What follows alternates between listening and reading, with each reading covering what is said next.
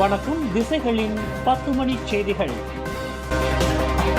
EPF சந்தாதாரர்களுக்கு கூடுதல் லாப ஈவு கிடைக்கலாம்.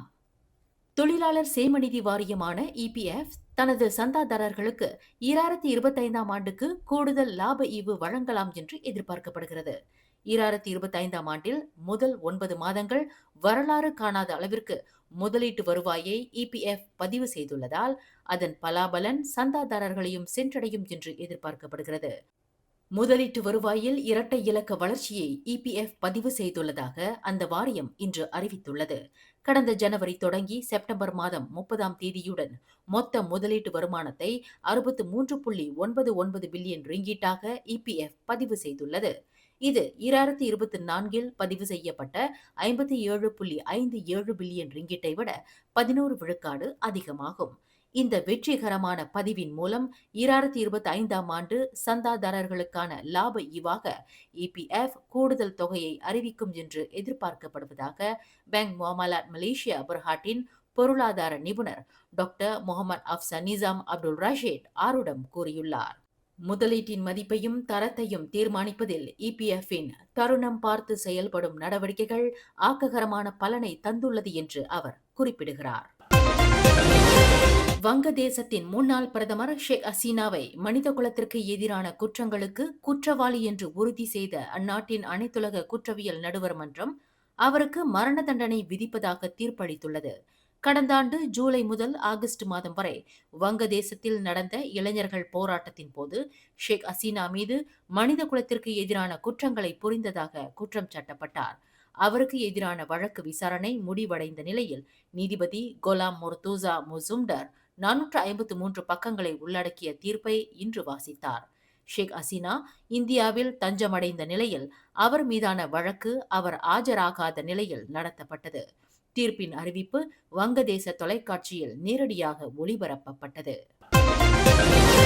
வரும் 29ஆம் தேதி நடைபெறவிருக்கும் சபா சட்டமன்ற தேர்தலில் பிஎச் எனப்படும் பக்கத்தான் ஹரப்பான் தேர்தல் பிரச்சாரத்திற்கு பிரதமர் டத்துஸ்ரீ அன்வார் இப்ராஹிம் தலைமை ஏற்கவிருக்கிறார். பிஎச் கூட்டணியின் தலைவர் என்ற முறையில் அதன் சார்பில் போட்டியிடுகின்றவர்களை ஆதரித்து அன்வார் பிரச்சாரம் மேற்கொள்வார் என்று பிரதமரின் பத்திரிகை செயலாளர் தங்கு நஸ்ருல் தங்கு அபாய்டா தெரிவித்தார். கடந்த சனிக்கிழமை சபாவிற்கு 2 நாள் அலுவல் பயணத்தை மேற்கொண்ட பிரதமர் தற்போது கோலாலம்பூருக்கு திரும்பியுள்ள வேளையில் மீண்டும் ஒருமுறை சபாவிற்கு பயணம் மேற்கொள்ளவிருக்கிறார் என்று அவர் குறிப்பிட்டார். சபா சட்டமன்ற தேர்தலில் 73 தொகுதிகளில் மொத்தம் 596 வேட்பாளர்கள் போட்டியிடுகின்றனர். பினாங்கு மாநிலத்தில் தற்கொலை புரிந்து கொள்ளும் இளைஞர்களின் எண்ணிக்கை விகிதம் அச்சத்தை ஏற்படுத்தும் வகையில் உள்ளது என்று ஜாசிகா ஐர் ஈத்தாம் சட்டமன்ற உறுப்பினர் ஜோசப் எங்சுன் சியாங் தெரிவித்தார். 10 இளைஞர்களில் ஒருவர் வீதம் தற்கொலை செய்து கொள்வதற்கான முயற்சியில் ஈடுபடும் நினைப்பில் உள்ளனர் என்று அவர் குறிப்பிட்டார். பினாங்கு மாநில சுகாதாரத்துறை தரவுகளின்படி இளையோர்களில் குறிப்பாக இளைஞர்களில் 12 விழுக்காட்டினர் தற்கொலை செய்து கொள்வதற்கான சிந்தனையில் உள்ளனர். 9.5 விழுக்காட்டினர் அதற்கான திட்டத்தை கொண்டுள்ளனர். 9.3 விழுக்காட்டினர் தற்கொலை முயற்சியில் ஈடுபட்டுள்ளனர் என்று அவர் தெரிவித்தார். இந்த எண்ணிக்கை குறைவாக இருந்தாலும் தேசிய அளவிலான எண்ணிக்கையுடன் ஒப்பிடுகையில் இது கவலை அளிக்கும் விஷயமாக உள்ளது என்று ஜோசப் எங் விளக்கினார். கந்திங் மலைக்கு செல்லும் ஜலான் கந்திங் ஹைலண்ட்ஸ் சாலையில் விதிக்கப்படவிருக்கும் கட்டணம் டோல் அல்ல, அது அந்த சாலையை பயன்படுத்துவதற்கு விதிக்கப்படும் நுழைவு கட்டணமாகும் என்று பொதுப்பணித்துறை துணை அமைச்சர் டத்தோஸ்ரீ அஹ்மத் மஸ்லான் தெரிவித்தார். அந்த சுற்றுலா வாசஸ்தலத்திற்கு செல்லும் ஜலான் கந்திங் ஹைலண்ட்ஸ் சாலை தனியாருக்கு சொந்தமான பாதையாகும். அதனை கந்திங் மலேசியா பெர்ஹாட் நிர்வகித்து வருகிறது. நாட்டில் தற்போது நெடுஞ்சாலைகளில் உள்ள 33 ஒப்பந்த நிறுவனங்கள் மட்டுமே டோல் கட்டணத்தை விதித்து வருகின்றன. அந்த சுற்றுலா தலத்தை பயன்படுத்துகின்றவர்கள், வேலை செய்கின்றவர்கள், நில உரிமையாளர்கள் முதலியோர் அந்த சாலையை பயன்படுத்துவதற்கு நுழைவு கட்டணம் விதிக்கப்படவிருப்பதாக அஹ்மத் மஸ்லான் இன்று நாடாளுமன்றத்தில் தெளிவுபடுத்தினார். ஷா அலாமையும் அதன் சுற்று வட்டார பகுதிகளையும் இணைக்கும் LRT 3 ரயில் சேவை வரும் டிசம்பர் 31ஆம் தேதி தொடங்குகிறது என்று போக்குவரத்து அமைச்சர் அந்தனி லோக் தெரிவித்தார். LRT ரயில் போக்குவரத்தின் நம்பகத்தன்மை மற்றும் பாதுகாப்பை உறுதி செய்வதற்காக இத்திட்டம் தற்போது இறுதிக்கட்ட சோதனை மற்றும் செயல்பாட்டில் உள்ளதாக அந்தனி லோக் கூறினார்.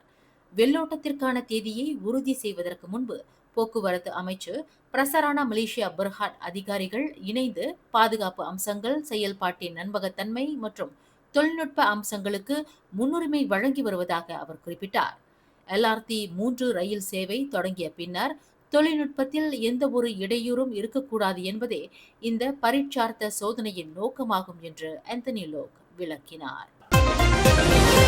மலாயா தலைமை நீதிபதி பதவி நிரப்பப்படும் வரை அப்பொறுப்புக்கான சிறப்பு பணிகளை அப்பீல் நீதிமன்ற தலைவர் டாக்டர் அபுபக்கர் ஜயீஸ் கவனிப்பார் என்று நாட்டின் தலைமை நீதிபதி டாக்டர் ஸ்ரீ ஒன் அமட் ஃபரீத் ஒன்சாலே இன்று அறிவித்துள்ளார்.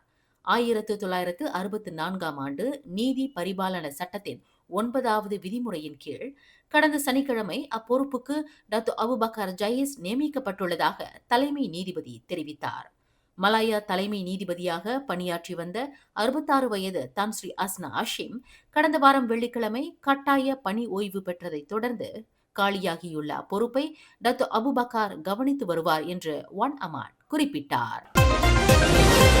நாட்டின் இளையோர்களுக்கான தேசிய தலைமை ஹாக்கி பயிற்றுனர் கே ராஜன் காலமானார். அவருக்கு வயது 68. இன்று காலையில் இப்போ தமன் பிஞ்சி மேவாவில் உள்ள அவரின் வீட்டின் அறையில் விழுந்த நிலையில் இறந்து கிடந்ததை அவரின் குடும்ப உறுப்பினர்கள் கண்டதாக கூறப்படுகிறது. தாய்லாந்து பெண்ணை திருமணம் செய்து கொண்ட ராஜனுக்கு 17 மற்றும் 13 வயதில் ஒரு மகனும் ஒரு மகளும் உள்ளனர் என்று பேரா மாநில ஹாக்கி சங்கத்தின் தலைவர் டாக்டர் முகமது சயூத்தி அப்துல் சமாட் தெரிவித்தார். ராஜனை தமக்கு 15 வயது முதல் தெரியும் என்று குறிப்பிட்ட டாக்டர் முகமது சயூத்தி, இருவரும் இணைந்து பேரா மாநில அளவில் மட்டுமின்றி தேசிய அளவிலும் பல ஹாக்கி போட்டிகளில் பங்கெடுத்துள்ளதாக குறிப்பிட்டார். தங்கள் வீடுகளை இடித்து தரைமட்டமாக்கிய பின்னர் தங்களுக்கு வீடுகள் வழங்கப்படவிருப்பதாக அறிவித்துள்ள ஸ்லாங்கூர் மாநில அரசு, வீடுகள் கிடைப்பது தொடர்பில் தங்களுக்கு எழுத்துப்பூர்வமான உத்தரவாதத்தை வழங்க வேண்டும் என்று கொலக்கிலான் பண்டமரான் கம்போங் பப்பான் மக்கள் கோரிக்கை விடுத்துள்ளனர். கடந்த 25 ஆண்டு காலமாக கம்போங் பப்பான் நிலப்பகுதியில் உள்ள தங்களின் வீடுகளை தற்காத்து வந்ததாக அவர்கள் குறிப்பிடுகின்றனர். ஆனால் தங்களுக்கு வீடுகள் வழங்கப்படவிருப்பதாக அறிவித்துள்ள ஸ்லாங்கூர் மாநில அரசு அது தொடர்பாக எழுத்துப்பூர்வமான எந்த ஒரு உத்தரவாதத்தையும் வழங்கவில்லை என்று அவர்கள் தெரிவித்துள்ளனர். கம்போங் பாப்பானில் காலி வீடுகள் மட்டுமே உடைக்கப்பட்டதாக ஸ்லாங்கூர் அரசு தெரிவித்த போதிலும் மக்கள் குடியிருந்த வீடுகளும் உடைக்கப்பட்டுள்ளதாக இன்று கோலாலம்பூரில் மலேசிய சோசியலிச கட்சியான PSM-இன் துணைத் தலைவர் எஸ் அருட்செல்வன் தலைமையில் நடைபெற்ற செய்தியாளர்கள் கூட்டத்தில் அவர்கள் இதனை குறிப்பிட்டனர். சபா மாநிலத்தில் பெறப்படும் வருவாயில் 40 விழுக்காட்டு தொகையை அந்த மாநிலத்திற்கே மத்திய அரசாங்கம் திருப்பித் தர வேண்டும் என்று கொத்தகினபாலு நீதிமன்றம் அளித்த தீர்ப்பை தொடர்ந்து அதனை நடைமுறைப்படுத்துவதற்கான செயலாக்கம் குறித்து விவாதிக்க சிறப்பு குழு அமைக்கப்பட்டுள்ளதாக துணை பிரதமர் டாக்டர் ஸ்ரீ ஃபடிலா யூசுப் தெரிவித்தார். 1963ஆம் ஆண்டு மலேசிய ஒப்பந்த ஷரத்துக்கு ஏற்ப 40 விழுக்காட்டு தொகையை வழங்குவது தொடர்பில் விவாதிக்க மத்திய அரசு மற்றும் மாநில அரசை உள்ளடக்கிய குழு அமைக்கப்பட்டுள்ளதாக அந்த குழுவின் தொழில்நுட்ப குழுவின் தலைவரான ஃபடிலா யூசுப் குறிப்பிட்டார். இந்த சிறப்பு குழுவில் விவாதிக்கக்கூடிய விவகாரங்கள் நேரடியாக அமைச்சரவையில் தெரிவிக்கப்படும் என்று அவர் குறிப்பிட்டார். இன்று கொத்தகினபாலுவில் 40 விழுக்காடு வருவாய் தொடர்பான சிறப்பு குழு கூட்டத்திற்கு தலைமையேற்ற பின்னர் செய்தியாளர்களிடம் பேசுகையில் அவர் இதனை தெரிவித்தார். மலேசிய வர்த்தக பேராளர்கள் குழுவிற்கு தலைமையேற்று பிரதமர் டாக்டர் ஸ்ரீ அன்வார் இப்ராஹிம் நாளை நவம்பர் 18ஆம் தேதி 3 ஆப்பிரிக்க நாடுகளுக்கு பயணமாகிறார். புதிய பொருளாதாரம் மற்றும் முதலீடுகளை ஆராய்வதற்கு ஆப்பிரிக்க நாடுகளான இத்தோப்பியா, தென்னாப்பிரிக்கா மற்றும் கென்யா ஆகிய 3 நாடுகளுக்கு அன்வார் பயணம் மேற்கொள்கிறார். நாளை தொடங்கி நவம்பர் 24ஆம் தேதி வரையில் பிரதமரின் இந்த 3 நாடுகளுக்கான பயணம் அமைந்திருக்கும் என்று பிரதமரின் பத்திரிகை செயலாளர் துங்கு நாஷ்ரோல் அபைடா தெரிவித்துள்ளார். வீட்டிற்கு வெளியே காய வைக்கப்படும் பெண்களின் துணிகளை திருடி வந்ததாக நம்பப்படும் 31 வயது ஆடவர் ஒருவரை போலீசார் கைது செய்துள்ளனர். பொதுமக்களிடம் இருந்து கிடைக்கப்பெற்ற புகாரை தொடர்ந்து அந்த நபர் நேற்று ஞாயிற்றுக்கிழமை மாலை 6:30 மணியளவில் ஜொஹோர் கலாங்பாத்தாவில் கைது செய்யப்பட்டார். தனது மனைவியின் ஆடைகள் களவாடப்பட்டிருப்பதாக 51 வயது நபர் செய்த போலீஸ் புகாரை தொடர்ந்து சந்தேக நபர் கைது செய்யப்பட்டதாக இஸ்கண்டா புத்ரி மாவட்ட போலீஸ் தலைவர் ACP M குமரேசன் தெரிவித்தார். அந்த நபரின் வீட்டை போலீசார் சோதனையிட்ட போது பெண்களின் 64 துணிகள் மீட்கப்பட்டன.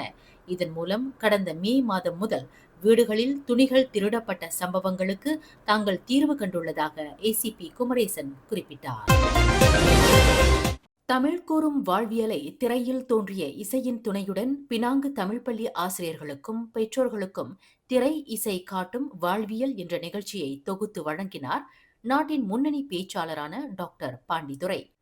டாக்டர் பாண்டிதுரை மற்றும் அவரது இசைக்குழுவை சேர்ந்த பாடகர் சந்தோஷ், ஜெயஸ்ரீ படைத்த இந்த நிகழ்ச்சி பினாங்கு சுங்வா சீனப்பள்ளி மண்டபத்தில் நடைபெற்றது. சங்கே முழங்கு என்ற பாடலுடன் தொடங்கி தாலாட்டு, காதல், திருமணம், குடும்ப வாழ்க்கை, தத்துவம் என அனைத்து கருத்துகளையும் ஒரு சேர இணைத்து வழங்கும் இசை பயணமாக இது அமைந்தது.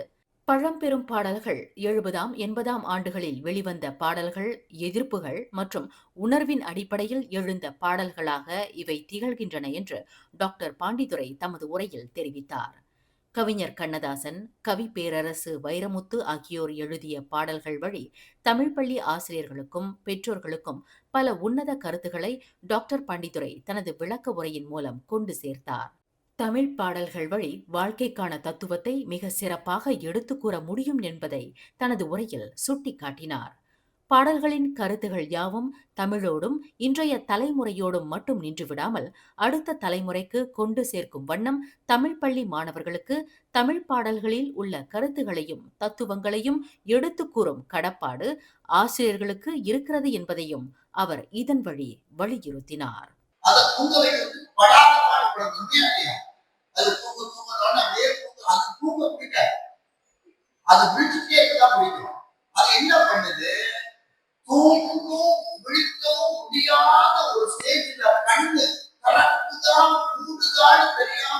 இந்த நிகழ்ச்சிக்கு பினாங்கு மாநில வீடமைப்பு மற்றும் சுற்றுச்சூழல் ஆட்சிக்குழு உறுப்பினரும் பினாங்கு மாநில தமிழ் பள்ளிகளுக்கான சிறப்பு குழு தலைவருமான டத்தோஸ்ரீ சுந்தர்ராஜு சோமு சிறப்பு வருகை புரிந்தார். அவர் தமது உரையில் இந்த நிகழ்ச்சியின் முக்கிய நோக்கமே திரை இசையில் காட்டும் வாழ்வியல் தத்துவங்களை தமிழ் பள்ளி ஆசிரியர்களுக்கும் பெற்றோர்களுக்கும் கொண்டு சேர்க்கப்பட வேண்டும், அதுவும் இம்மாதிரியான நிகழ்ச்சிகள் மூலம் தமிழ் பள்ளி மாணவர்கள் பயன்பெற வேண்டும் என்ற உன்னத நோக்கில் ஏற்பாடு செய்யப்பட்டதாக டத்தோஸ்ரீ சுந்தர்ராஜு தெரிவித்தார்.